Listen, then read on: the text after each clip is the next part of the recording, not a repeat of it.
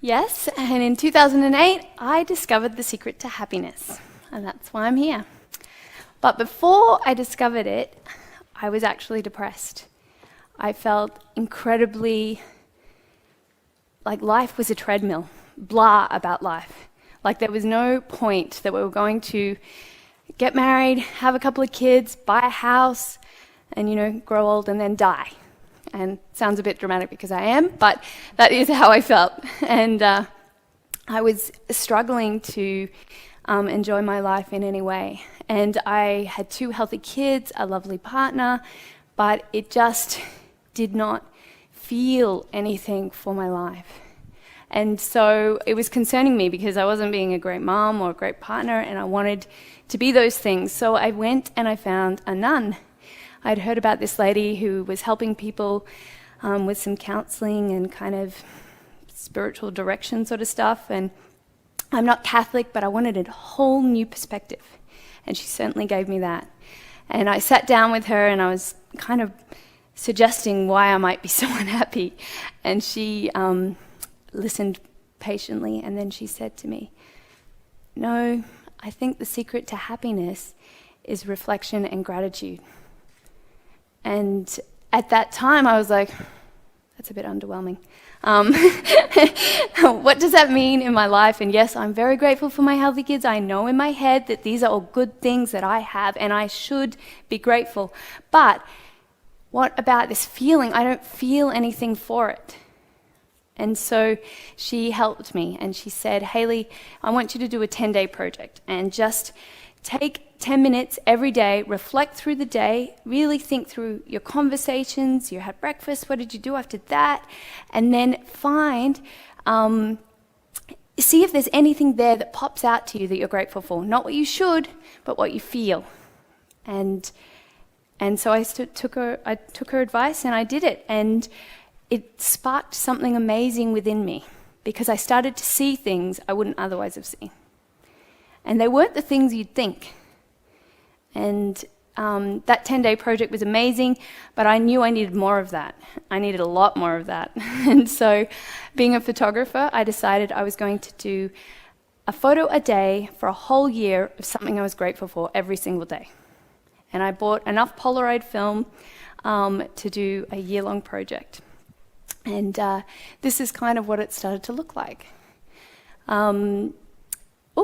No, not that. Let's go back one. Yeah. It was things like the color green, the billion different shades of green there are. I was suddenly one day just struck by it. It was my youngest daughter helping me down a step. She's like 3, and she was like, "I'll help you down." And it was just adorable. And things like money on the meter when you have no money in your wallet. That is amazing. It is such a gift. And I started to see things like rainy days meant that I got to use my favorite umbrellas. And pancakes on a Sunday morning. They're so good I didn't get to photograph them, sorry. But they're there. And beautiful friends getting married. Little and beautiful, special little moments throughout every single day that made me delight in my day. Actually, through the project, I learnt quite a lot of things. And sorry, I keep doing it twice. And probably the biggest thing I learnt was how my expectations on other people prevented me from really appreciating who they were. Namely, my husband, who is here, and I'm going to say it, he's not very romantic. And this is what I thought anyway. I just didn't think he was very, didn't take me on dates and didn't buy lots of flowers and do all the things that in my head a husband should do. And this one day, I hadn't taken my grateful photo for the day, and I was scanning my life, basically, for what was I grateful for today.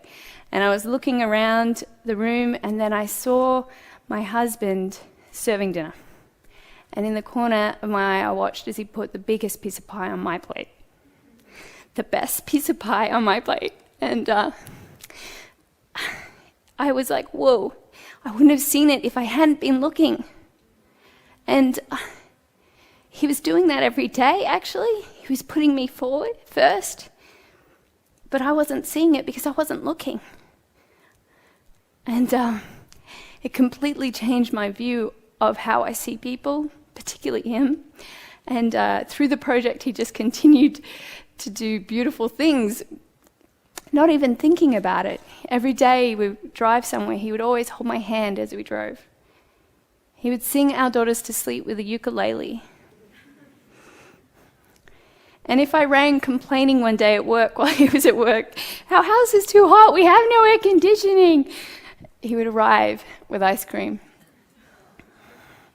And it really made me reevaluate our relationship and what my expectations were, and opened my eyes to who he was. And actually, at the end of the project, someone interviewed us and they asked Andrew, what did you notice that was different within your relationship or with Hailey? And he said, "I feel like I am enough for her now." And that hit me hard. I'd been married to him for 8 years at that point, and I was sad that it had taken me 8 years to see him, to see all the beautiful things he was doing for me every single day. But I'm glad that I got there in the end, and I'm grateful for this project.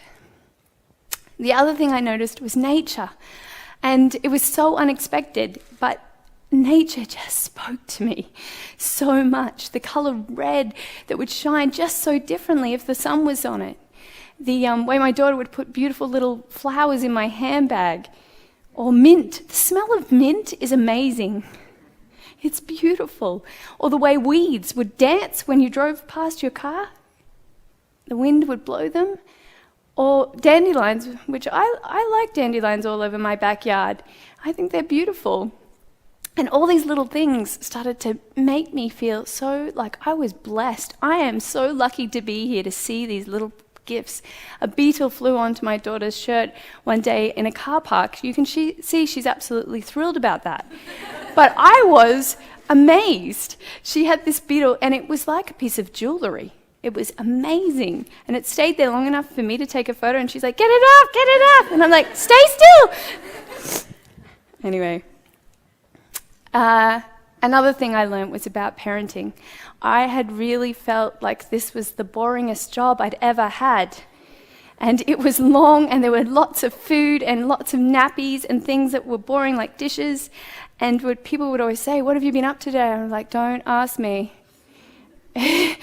But this project showed me what a delight and an honor it was to be in their company, to be with them as they, offered to take my hand, or were singing so loudly in the car as we drove, or pretending to be candy canes, losing their 2 front teeth. It is my privilege that I got that time with them, and I started to see that right when I was with them. And I'm so grateful that while they were still little, that I saw what a gift it was. One of the amazing things about this project is that it kind of spread like wildfire. And I had a magazine article, and it was online, and a few people started to write and tell me their own stories with their grateful projects.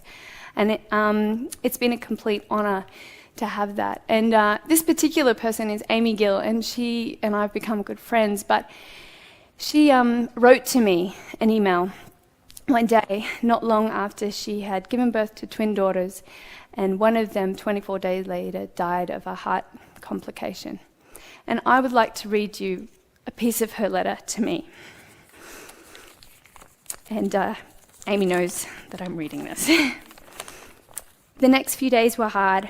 I had to pick myself up and keep going, as I had Annabelle, a 3-year-old, and Penny, who needed me, and I was so lost. It was funny, though, because for some reason your article kept coming back to me. I dug out the magazine and I looked at it again, and I checked out your website. I decided that this was how I was going to cope. Instead of looking at what I had lost, I was going to focus on what I gained and be truly grateful for having Rosie in our lives, even for such a short time. In her 24 days, she had taught me more than I'd learned in a lifetime. I was grateful for the chance to hold her, to feed her, to bath her, and tell her that I loved her. No longer would I take the small things for granted in my life. Life is too short, and I decided that each day I would count my blessings, and so my grateful project, Count Your Blessings, began." And now I've taken 73 blessing photos, and I'm truly grateful for them. The project has gotten me through such a hard time.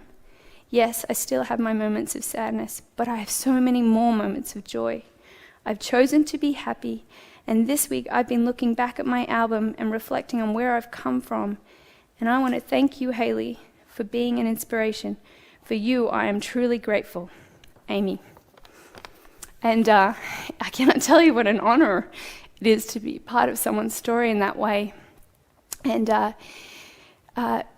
Amy really reminded me that even in the hard things in life, that we can choose to be grateful, that we can find the most amazing treasure in the most awful things. And you really do find what you are looking for. And in my life, when I have had hard times and things go wrong, I've really found that gratefulness has helped me learn the most I can possibly learn, and appreciate everything that's happening, and to find the gold in the mud. And now I really, when I look back on my project and actually my life, I see delight, I see beauty, I see a life I'm incredibly rich and grateful for. And it isn't that I own a house, and it isn't happiness outside of me, it is within me. And I've learned that that is where my happiness is, it's in here. And through this project, I've surprisingly been able to help other people find that too. And that's been an absolute honor. Thank you very much for having me.